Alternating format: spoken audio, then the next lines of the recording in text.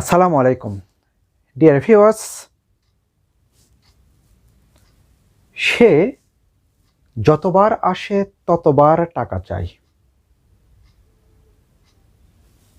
আসলে এটি একটি উদাহরণ, আর এই উদাহরণটাকে ইংরেজিতে আমরা কিভাবে উপস্থাপন করব সেটি নিয়ে আজকের স্পোকেন ইংলিশের একটি আইটেম আলোচনা করছি।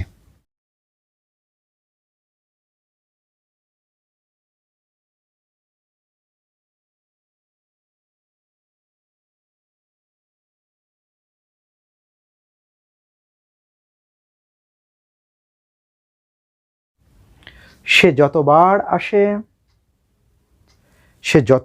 আসে ততবারই টাকা চাই। সে যতবার বাজারে যায় ততবারই চা খায়।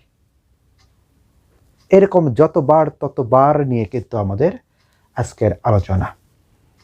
হয়তো অনেক সময় আমরা খুঁজে যতবার ততবার এটাকে কিভাবে আমরা ইংরেজিতে উপস্থাপন করব।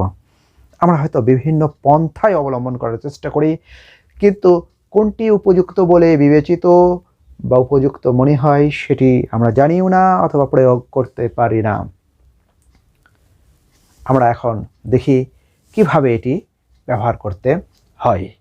সে যতবার আমার কাছে আসে সে ততবারই টাকা চাই। তো আমরা উদাহরণ দেওয়ার চেষ্টা করি আগে। সে যতবার আমার কাছে আসে ততবারই টাকা চাই। ওকে, এটি একটি উদাহরণ। আরেকটি যদি আমরা দেই,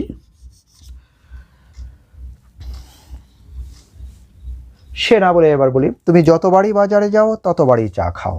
ওকে, তুমি যতবারই বাজারে যাও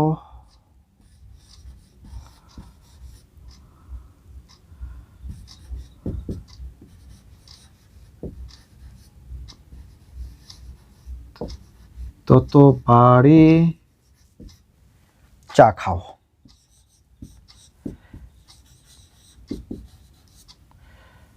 তুমি যতবারই বাজারে যাও ততবারই চা খাও। আসলে এই ধরনের এক্সপ্রেশনগুলো, বাক্যগুলো কিন্তু আমাদের ডেইলি ইউজ, প্রাত্যহিক জীবনে, দৈনন্দিন জীবনে এরকম এক্সপ্রেশন কিন্তু আমাদের ব্যবহার করতে হয়। তো এটা যখন আমরা ইংরেজিতে ব্যবহার করব বা আমাদের করতে হবে, তখন কোন পন্থায় করতে হবে সেটি নিয়ে আজকের আলোচনার বিষয়, আলোচ্য বিষয়। লেটস সি, দেখা যাক যে কিভাবে কি ঘটে। তো এখানে আমাদের যে বিষয়টা আমরা পাচ্ছি সেটা হলো যতবার ততবার। ওকে, যতবার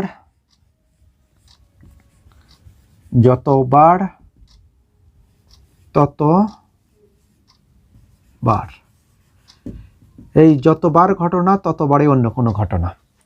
এইরকম ক্ষেত্রে আমাদের কি ব্যবহার করতে হয় সেটি নিয়ে আমরা আলোচনা করব। ওকে, তো এই যতবার ততবারের ক্ষেত্রে কি আসবে সেটি আলোচনা করার আগে আমরা জেনে নেই যে আসলে এই কটা ট্রান্সলেশনটা কি হবে। তাহলে সে যতবার আমার কাছে আসে ততবারই টাকা চাই।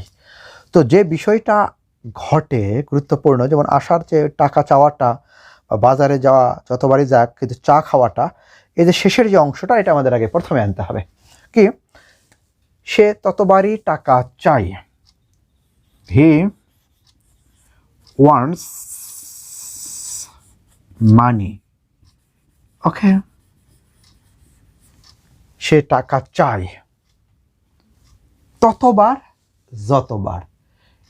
আমরা ইংরেজিতে যা ব্যবহার করবো সেটা এরকম আসবে, ততবার যতবার। ইংরেজিতে যেটা, বাংলাতে যেটা, যতবার ততবার। কি, অ্যাজ অফন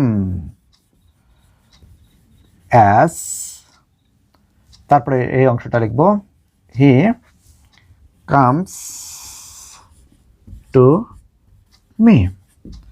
তাহলে কি হলো, শেষের অংশটা আগে আনবো। এই যতবার ততবারের ক্ষেত্রে he wants money as often as he comes to me, অর্থাৎ সে টাকা চায় ততবার যতবার, এটা দিয়ে এই অ্যাজ অফন অ্যাজ ততবার যতবার, আর বাংলাতে আমরা পাচ্ছি যতবার ততবার।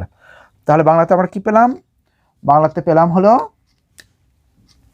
অ্যাজ অফন অ্যাজ, ওকে, ততবার যতবার, ওকে, as often as.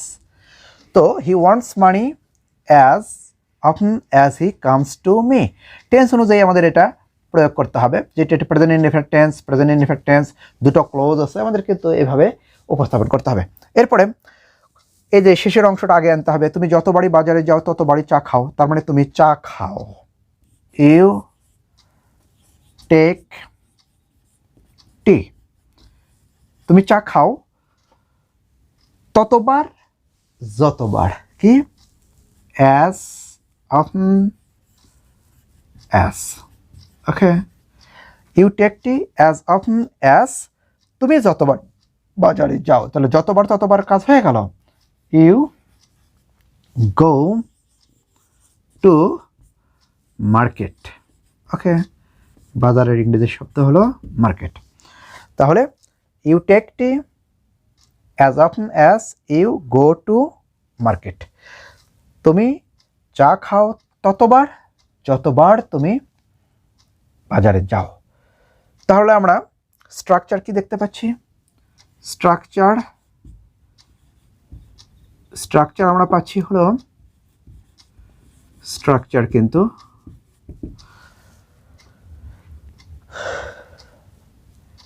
Close one,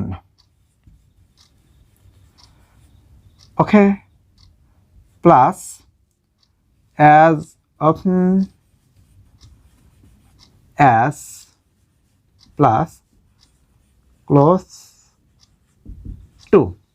তাহলে ক্লোজ ওয়ান বলতে আমরা বাংলা বাক্য থেকে, বাংলা থেকে খেয়াল করব শেষ ক্লোজ, শেষ বাক্যাংশ, ওকে, এটা বাংলা থেকে কিন্তু এটা আমাদের ক্লোজ আসবে। এটা আসবে কি, প্রথম বাক্যাংশ,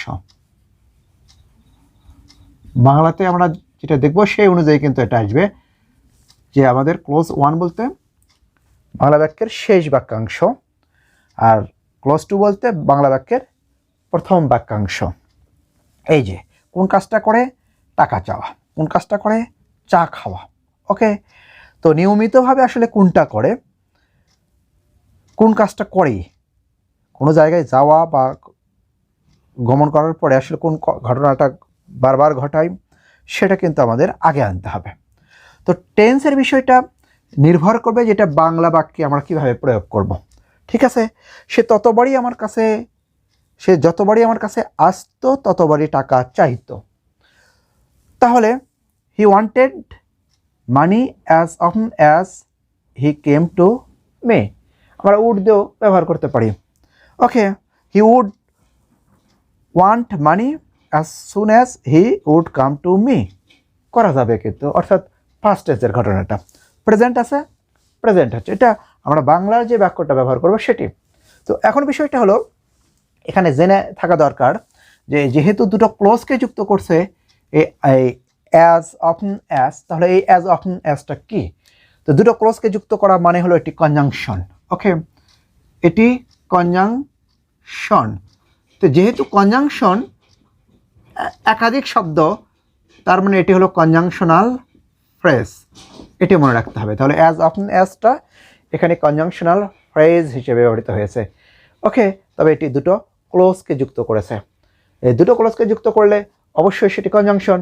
আর যেহেতু একাধিক ওয়ার্ড, আর একাধিক ওয়ার্ড যখন কনজাংশনের কাজ করবে সেটি হলো কনজাংশনাল ফ্রেজ, এটি কিন্তু কনজাংশনাল ফ্রেজ। তাহলে আমরা কি দেখলাম, যতবার ততবার বাংলা বাক্যে অ্যাজ অফন অ্যাজের ব্যবহার হবে, অ্যাজ অফন অ্যাজে ততবার যতবার এই অর্থে, তবে শেষের কাজটা বাংলা বাক্যে যেটা আমরা শেষে ব্যবহার করব সেটি প্রথমে আসবে, আর প্রথম অংশটা শেষে যাবে। আর অ্যাজ অফন অ্যাজটা আমরা ইউজুয়ালি ব্যবহার করি বাক্যের মাঝখানে। আর এখানে টেন্সের বিষয়টা কোনো সমস্যা নয়, যে টেন্সেই আমরা ব্যবহার করব, সেই টেন্সেই বাক্যাংশগুলোকে রূপান্তর করতে হবে। প্র্যাকটিসের কোনো বিকল্প নাই। প্র্যাকটিস চালিয়ে যাই, ব্যবহার করি, প্রয়োগ করি, তাহলেই কিন্তু আমাদের এই অজানাগুলোকে জানাগুলোকে সমৃদ্ধশালী করা, ভিত্তিটাকে সুদৃঢ় করা শুধু সময়ের ব্যাপার। Thank you.